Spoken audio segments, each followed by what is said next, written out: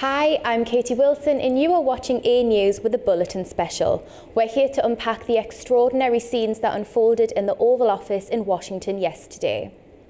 Ukrainian President Volodymyr Zelensky and US President Donald Trump held a tense meeting at the White House where discussions over the war in Ukraine led to a heated exchange.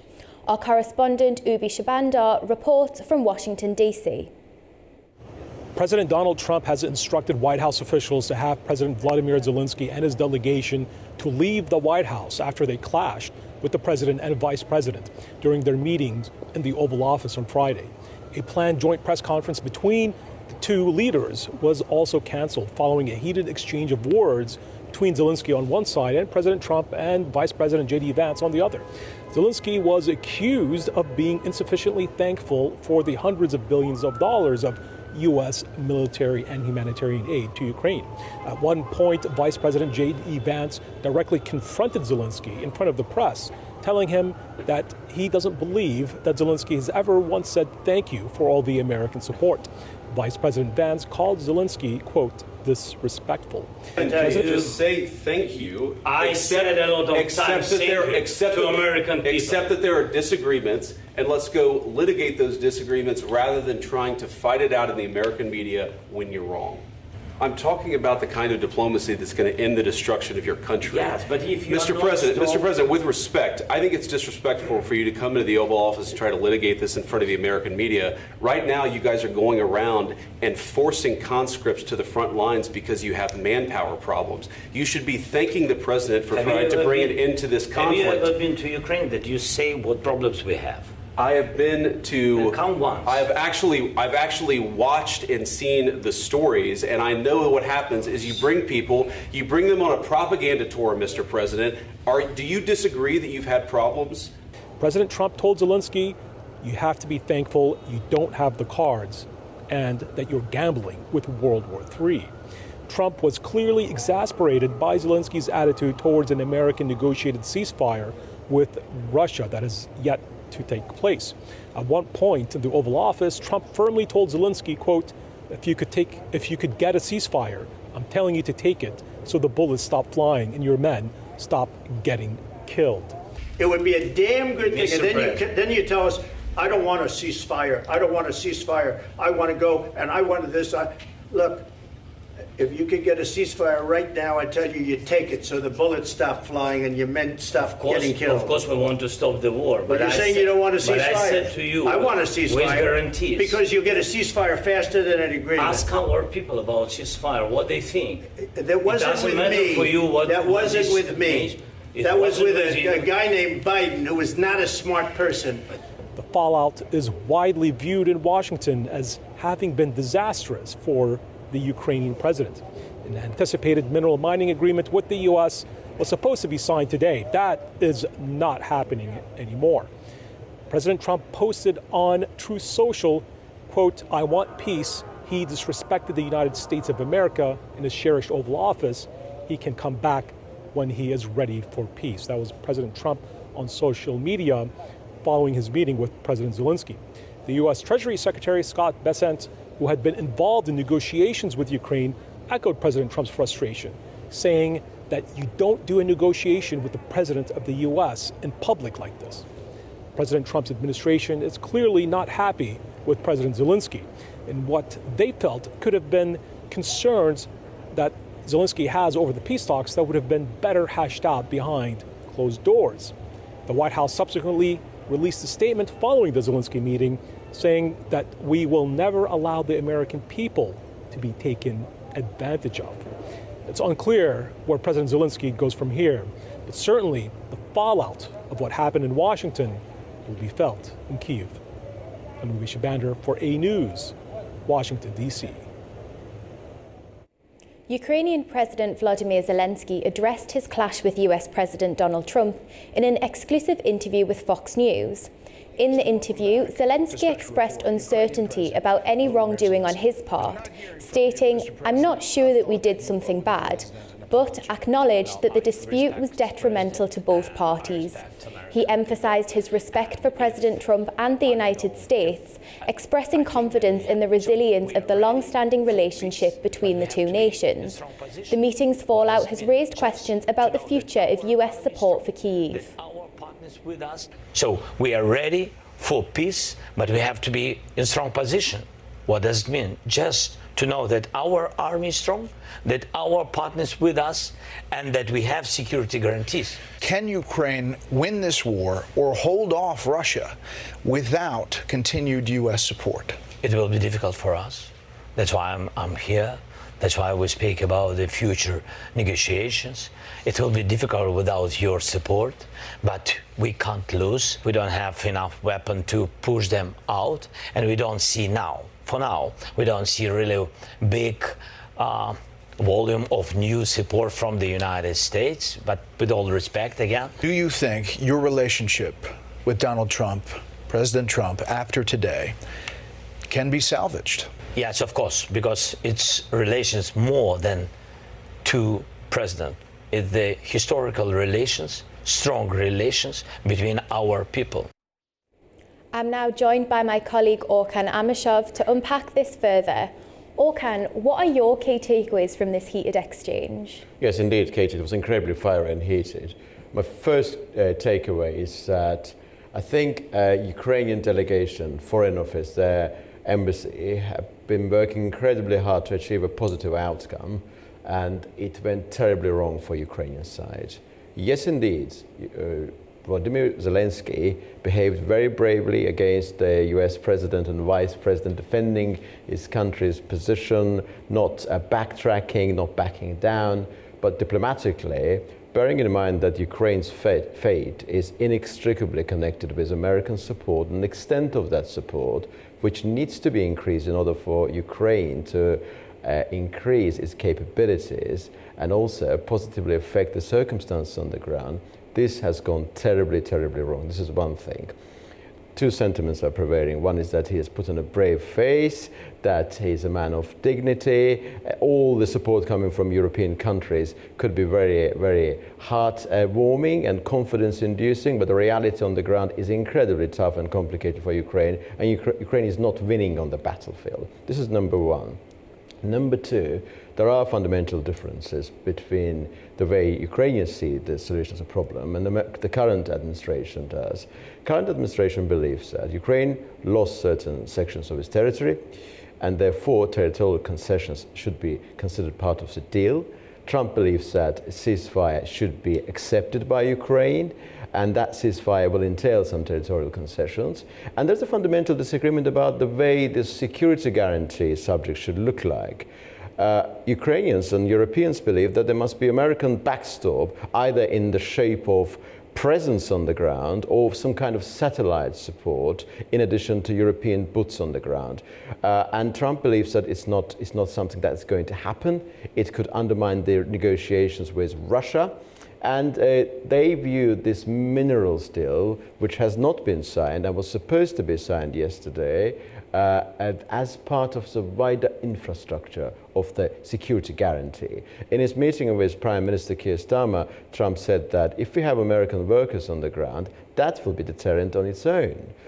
Europeans do not accept this argument. But this minerals deal was supposed to fulfill two fundamental objectives. For Trump, it is a public display. It's an argument that, yes, we support Ukraine financially, but we also get our money back. So it is not, it is a good beneficial enterprise for us. For Ukraine, it means certain degree of protection by means of American presence there. But they didn't manage to agree on anything. That's my key fundamental takeaway, the number two takeaway. And probably a third one will be very much centered around the fact that Ukraine is being badly let down by everybody. Because, Katie, let's be very clear about it. New international legal consensus emerging around Ukraine. Last year, the year before, everybody was saying that Ukraine will be supported as long as it takes, up to the hilt and so forth. What we've seen at the United Nations, America siding with Russia against UK and France, and that text of that Security Council resolution is a clear indication of a new reality, new legal reality emerging, with America leading the charge. So European leaders support Ukraine, of course, nice words being said, and they will be said tomorrow in London. They matter, but they do not matter to the extent of changing the circumstances on the ground. That's the reality of our case. So I want to follow up on a few of the points you made. Surely an interaction like this would just make European leaders drum up support for Ukraine, drum up solidarity. Yes, indeed. So that's actually, in some ways, blessing in disguise for European countries, because they've been incredibly reliant on the United States over the past decades. They have to increase their military budgets. As part of the GDP, UK committed to 2.5% and then 3%, I believe, until I think 2035. So it's a blessing in disguise. Ukraine will get sufficient support from Europeans in order to retain its position for the time being, but it's not good enough. Zelensky gave an interview to Fox News after this heated fire exchange, wherein he said that he doesn't believe that he owes an apology to US President. He believes that he shouldn't resign. Of course, it's a matter for the Ukrainian people. He received some legal backing from the parliament just before coming to White House as well. But there was a question addressed to him. And the question was that if Americans stop supporting you, what will happen? So we're not talking about Europeans, but American support actually being decreased in terms of its scope. His answer was that yes, we will be able to hold off Russians for the time being, but it will be incredibly difficult for us. What Trump is saying is that, look here, I think it's very important. He said that with us, with the United States, you have cards. With us, you have an opportunity. You can have a deal which will be to your best interest.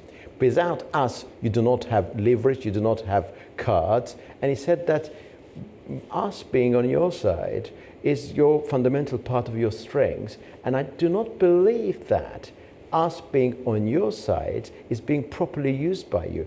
It didn't say exact line, this line, but effectively the meaning was that if we stop supporting you, you will find yourself on a slippery slope. And that may indeed happen very soon indeed. I say, certain actions are being taken at this juncture. Americans are changing their policy incrementally on a daily basis. That isolation of Russia, which was part of the support for Ukraine, is now being curbed. Russia is now getting certain things that it wasn't able to get before. And I'm not entirely sure that the extent of support for Ukrainian statehood, not just militarily, but also on the humanitarian front, in terms of their electricity needs and so forth, will be at the same level. So you mentioned Zelensky gave his reaction on Fox News. Where does this leave him now? It's a very, very interesting and absolutely central question, Katie. There's no clear answer to it. I think it will get additional dose of support in London tomorrow. Actually, I believe he's on his way to London now. His situation is incredibly difficult. Zelensky is not particularly liked by Trump. We know the story that happened back in 2019. There is a personality factor as well. Trump believes that he massively disrespected the Oval Office, the tradition, the statehood, and so forth. So I think he will plod on for the time being, and he will try to salvage the relations. It went terribly wrong for him, terribly. And now it is important to get at least a minimum degree of guarantee in the shape of that mineral deal for the time being, and then hope for better. Mm-hmm. And looking ahead to London, how significant do you think that will be? Have we heard from the British Prime Minister? We haven't heard from Prime Minister Sir Keir Starmer. He was in Washington, D.C. on Thursday. That was a very successful meeting in many ways. My feeling back on Thursday was that that meeting should have laid fortuitous ground for a successful Zelensky-Trump meeting. And Trump's reaction to Starmer's point was incredibly positive, because Britain has to play an important role in this process. France is representing the European Union. They can be as forceful as they want to be, but the important thing is that things should change palpably, perceptibly. It's not about just words. Britain should play a role bridge between the European Union and the United States. And I think that Britain could play a very positive role, and that role could be in the following: some sort of boots on the ground, of course. UK troops may be on the ground. The Russians are not happy with this arrangement. With some sort of a remote US backstop for the time being could be good enough to be going on with. There is some element of British influence on America that could be managed properly, but I think that what happened yesterday in the Oval Office was not very logical in the context that Ukrainians have been hoping for a positive outcome, but there's an element of ambush that many people are talking about. Mm-hmm. And have we had any reaction from the Kremlin and Putin? Yeah, we had some reactions. I think that former President Dmitry Medvedev, I think he posted somewhere on social media saying not very pleasant words about Zelensky, saying that Zelensky, had a very difficult moment and he deserved what he had. Effectively, I think it's praised Donald Trump for doing what he did. Maria Zakharova, the spokesperson for the Foreign Office, also, I think, posted and made a statement effectively saying that what Trump is saying now, what he effectively said during that Oval Office meeting, is something that Russians have been saying all along the way. And that's the reason many commentators are of the opinion that J.D. Vance and President Trump repeated Russia's talking points during that meeting. And what are those talking points? Number one, this war should not have started in the first place.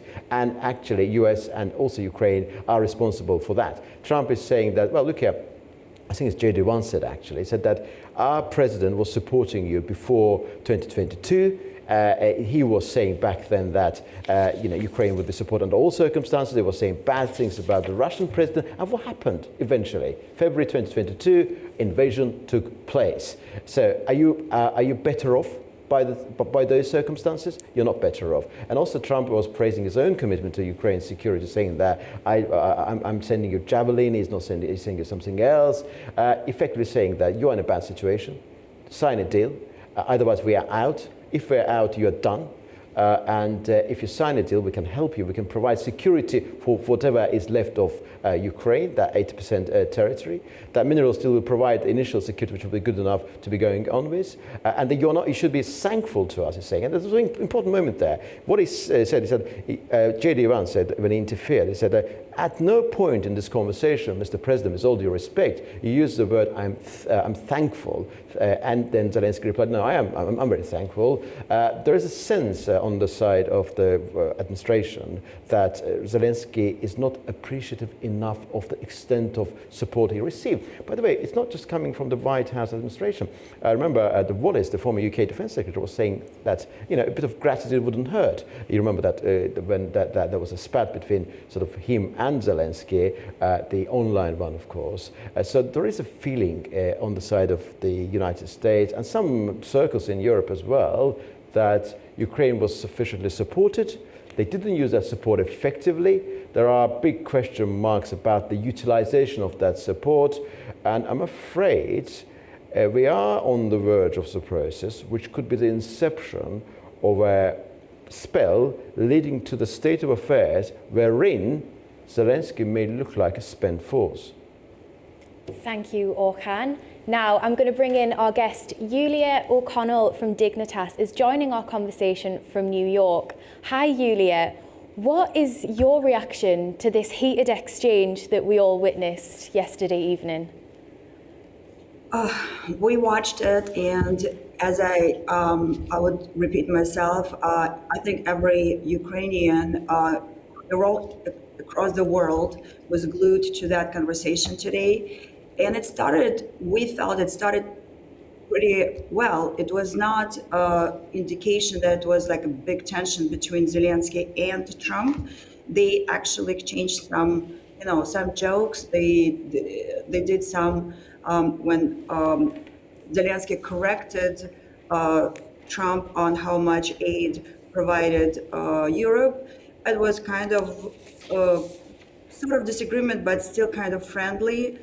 Mr. Trump actually praised Zelensky outfit, even though he got being called not nicely by one of the journalists. But then at some point when J.D. Vance stepped in, it's almost collapsed in front of your eyes, right?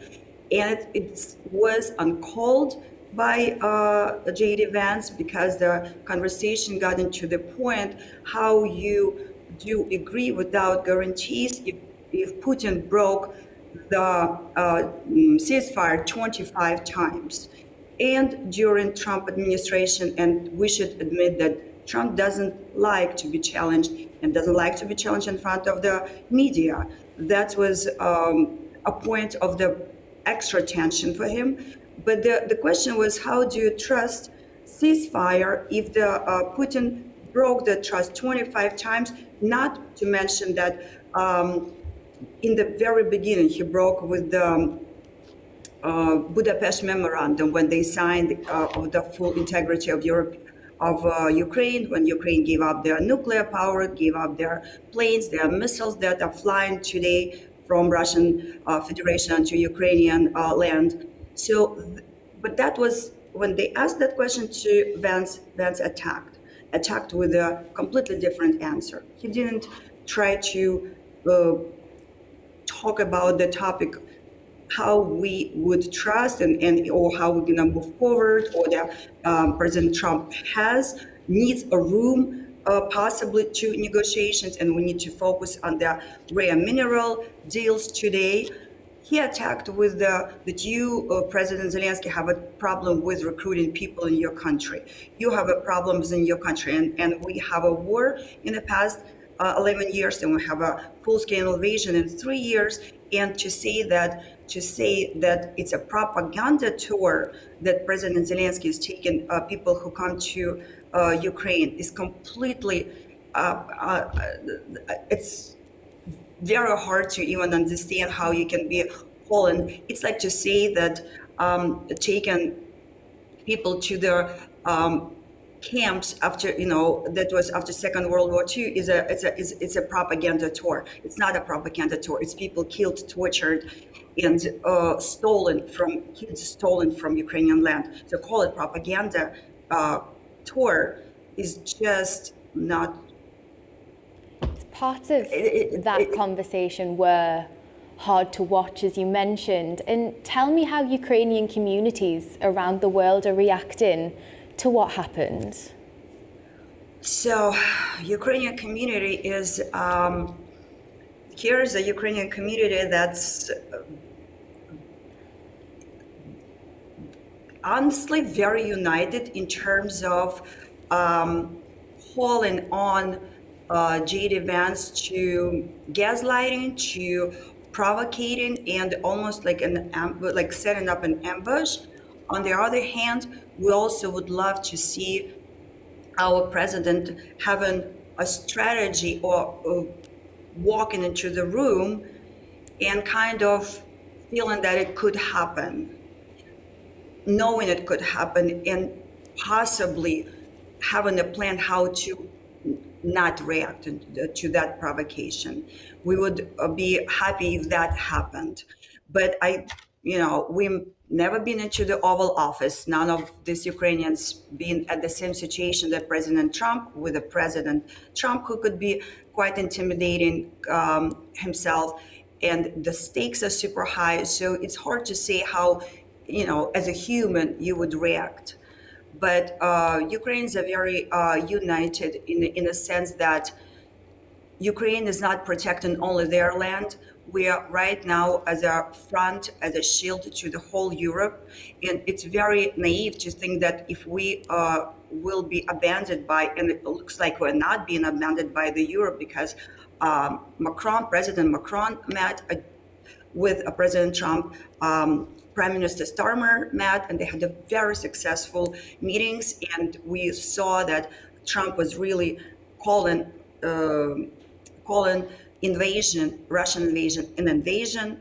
So he understands what's going on. It's just sometimes the challenges and the Trump should not be in front of the camera with this kind of very hard and tough conversations. It had to be taken outside of media. That's what we felt, that media was unnecessary in this type of in very, very historical and tough negotiations. Yulia, it's Orkhan here. Of course, naturally, you're not abandoned by European countries, by UK and France and others. But Vladimir Zelensky, when he was interviewed by Fox News, was asked a very specific question. How long would you be able to carry on this struggle without American support? Answer given by Zelensky was not very one of ultimate plausibility, ultimate positivity.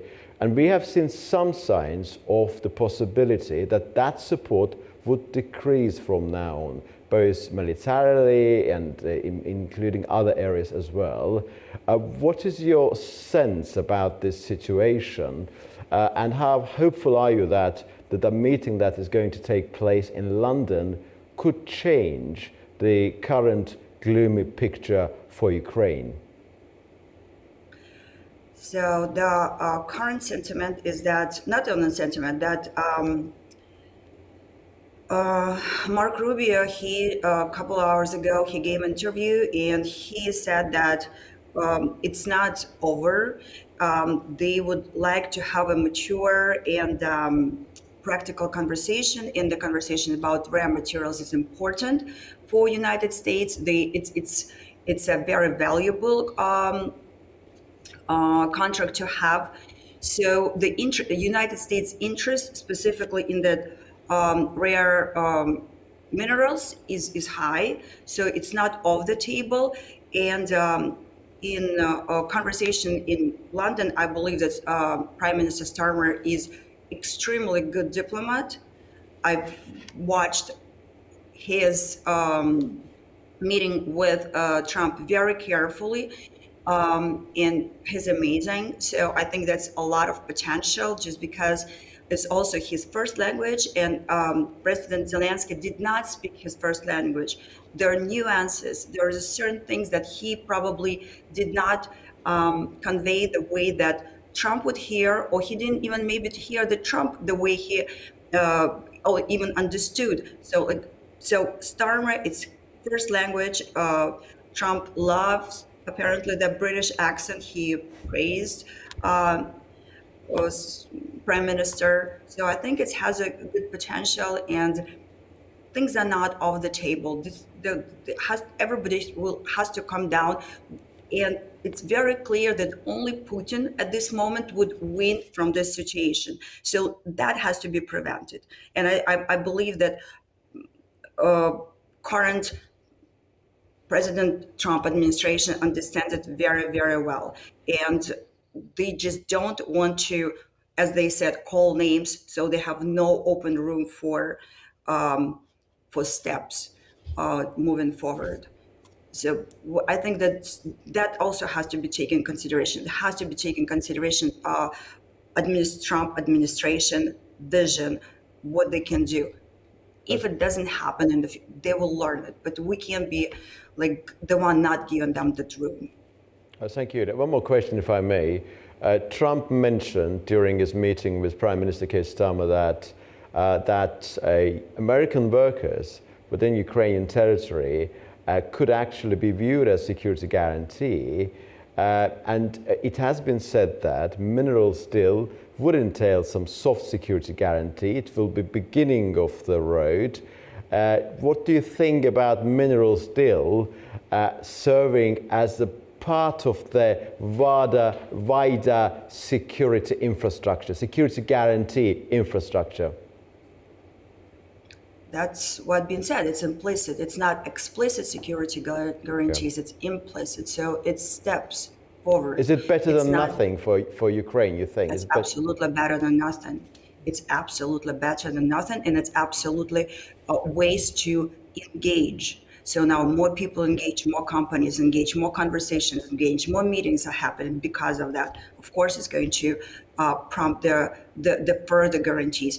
And then with Europe, who's increasing their budget, who also promised boots on the ground as a peace forces. But peace forces, if Putin breaks his agreements, what, the peace forces are going to stay and turn around and walk away? No, that's also part. So it's been a lot of components. So having this first steps is super important. And I think that it's not off the table. with the help of Prime Minister Starmer, with the help of, I believe, many calls from the Europe, and as I watched Mark Rubio interview to CNN, I believe, it was promising. They need just an adults and mature adults and we need to behave. Thank you, Yulia, for joining us, and thank you for watching this AnewZ Bulletin Special. We've been here unpacking the extraordinary scenes that unfolded in Washington, D.C. yesterday. Ukrainian President Volodymyr Zelensky and US President Donald Trump held a tense meeting at the White House where discussions over the war in Ukraine led to a heated exchange. Stay with us for latest developments.